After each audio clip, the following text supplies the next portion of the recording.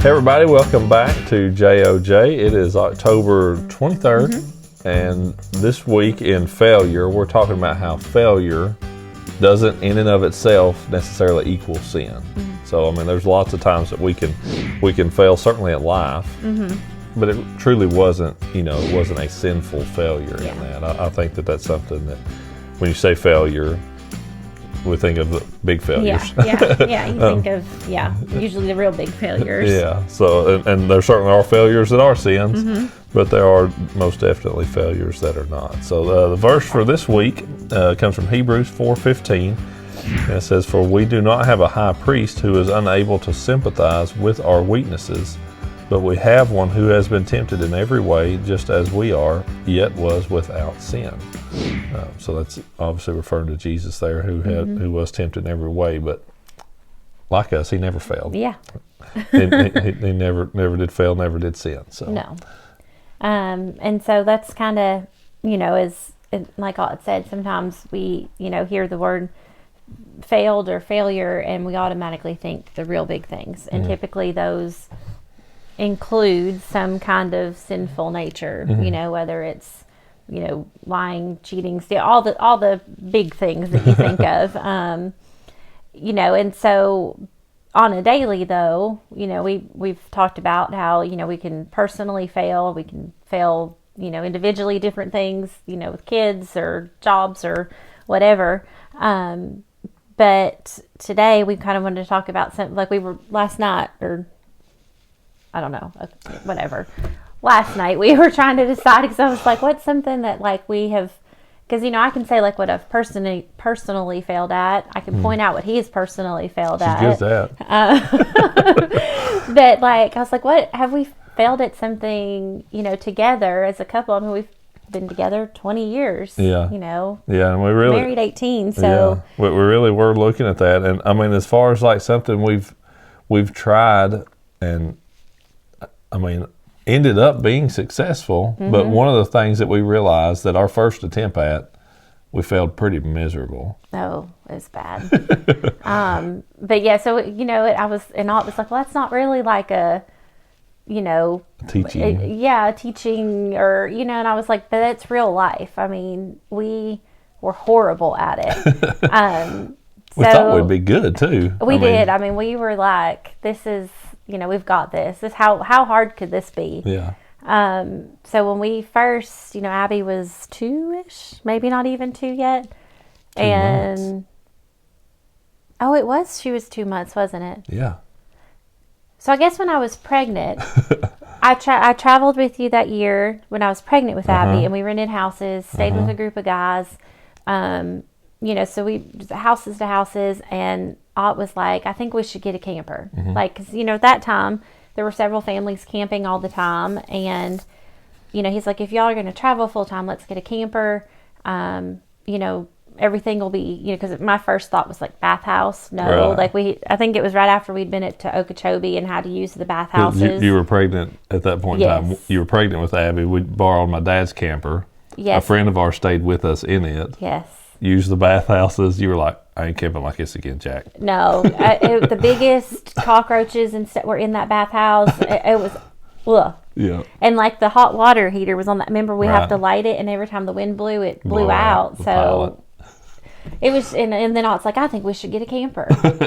I was like, I'm not doing this. Yeah. I'll stay home. Like, I don't have to travel. But anyway, our neighbors had a camper, a fifth wheel, like a small one, Coachman. I think still to this day was probably one of my favorite campers. Oh, no doubt. And we've had some really nice campers, but that one was just homey. Yeah. It was just homey, and it was perfect. It had some water damage, so we took out that, redid it, we squeezed a king size mattress, and I don't know how we didn't break it trying to get this. We had to take out nightstands, all this stuff. Oh yeah. Made it our little home though. Yeah. We're excited. Oh yeah. We're gonna go to our first tournament. It's Detroit, Michigan. This is, we're camping, baby. And we double pulled, right? Double pulled, yeah. Had a hitch welded on the back of it. It's a 28-foot Coachman that was 10 years old, I think, when we bought it. Yeah. From the neighbors, and yeah, had a hitch welded on, and so we're double pulling. We're good. We get there, and Abby was 2 months old. Yep. She's screaming, crying. Go to check in, and I guess we had got set up before they came and told us, Correct. or we attempted to set up. Get there, like, Ott's getting everything backed up. We take the boat off, get in the camper parked. Abby is screaming because she's hungry.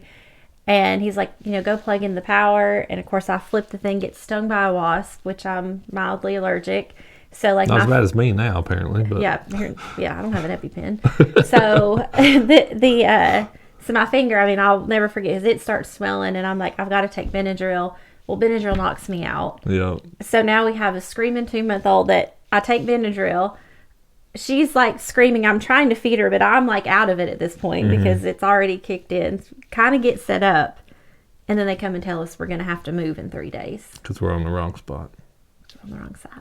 And we're like just finishing, hooked up the sewer, like everything. We're basically done. They're like, oh yeah, you're on the wrong spot. You can't stay here. Yeah, you're going to have to move across the campground. Yeah. Which was on a tournament day. It was on a tournament day because we were like, I was like, I can't move it. Like, I don't know the truck what I'm will be doing. gone. Yeah. Or I guess you were going to come get it. But either way, she's like, I can't do this myself. So we camped there a couple nights. We did. And then I think you had an off day. I don't remember exactly how it works, but yeah, I might have. Either way, Ott was there. We're trying, we start to hook everything up. Mm-hmm. Can't figure out we're trying to get the front up enough to get the truck hooked up to it. Yes, and then finally something makes a loud noise, and we realize all the back jacks are still down. So we're raising the camper, but putting all the pressure on these back jacks, so they kind of crumble. Well, the loud noise was one of the electric front jacks breaking, like the gears in it breaking because we had all that pressure working off the back. I thought we broke the front one when we pulled forward and it wasn't up all the way. Oh, that might have been when we broke the front one. Either way, in this terrible job of our first camping with electric front jacks, manual rear jacks, trying to do all this. We broke 3 of the 4. We broke them. Front and back. Front and back. So we finally start moving the camper, get to the next site, and we can't put our front jack down, so the camper is really bad. I can't remember if we were this way. I have no idea. It was awful. awful. And I remember laying there and being like, we're really bad at this. What made us think that we could do this? Neither one of us have camped. I'd only camped in a tent as a child. Yeah. And I had camped a fair amount in a camper. Let me rephrase that. I had stayed a fair amount in a camper. I'd slept a bunch of nights in one. It was already set up. One was already set up in Alabama, and the other one was the one we'd pull the bait tournaments, and we would just unhook it for the night and hook it up to a generator. We didn't hook up sewer, we didn't hook up water, we didn't undo any jacks, none of that stuff. All we did was unhook it, and we slept in it. So I'd slept in a camper a lot. I thought, ain't nothing to this thing. No, we were failures, really major failures at camping. Very first trip. Thankfully, we got better at it, and we learned, and only had minor incidences after that. Yeah. There was a time we dropped the camper on the truck. You remember that? I do, yeah. It wasn't in the hitch, and Ott pulls forward, and the whole camper, boom. Yeah. That's not good. Yeah. That was probably the only other major failure. Yeah. Of that home. So anyway. And I still don't think I even sinned in that situation. I don't remember cursing at the camper when that happened. It was just normal life. It just we happened. didn't sin, we just were terrible at it. Yep. That was the only really good story we could come up with of failing without it really including a sin of, we were just idiots trying to set the camper up and didn't know what we were doing. Yeah. So with the kids and sports and stuff, I think it's something I know we say to the kids, that the team says to each other, on the court together or anything, and it's funny. Abby's volleyball team, as well. I don't know if the middle school girls did it so much, but the high school girls, varsity and JV, one of them make a bad play. They'd say, "It's all right, it's okay. We still love you anyway." It's kind of, it's just funny for me that they do that. But I'm happy you didn't cheer on here. Yeah, Don't cut that one out, Jake. But the other one that as coaches will say, as parents will say, as teammates they'll say to each other, but as they'll tell the other players to shake it off. Shake it off, get back in the game, get your head back in the game, and that's something that that Jesus actually essentially told the disciples as well when they were going two places to preach and to share the gospel and to teach others about them. If they went into a town and were not welcomed, or went into a household and were not welcome, Jesus would tell them to shake the dust off their feet when they leave, kind of as a testimony against that place and against that town and the way they were treated. You know, they're going to shake the dust off their feet and they're going to move on to the next one. And it was, I think, some of that for the disciples to say, hey, let's forget about what's happened here. We're going to go to the next place. We're going to press on. We're going to focus on the task at hand, which is sharing the good news. And, you know, that's for this town. That's their problem. We're leaving that in the past. We're shaking off what had happened here. It stays here.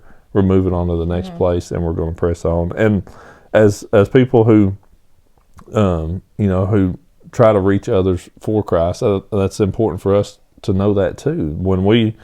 If I have to say that anywhere I've ever spoke or shared, either people have just been respectful enough that they've not, been like, man, you're an idiot, shut up.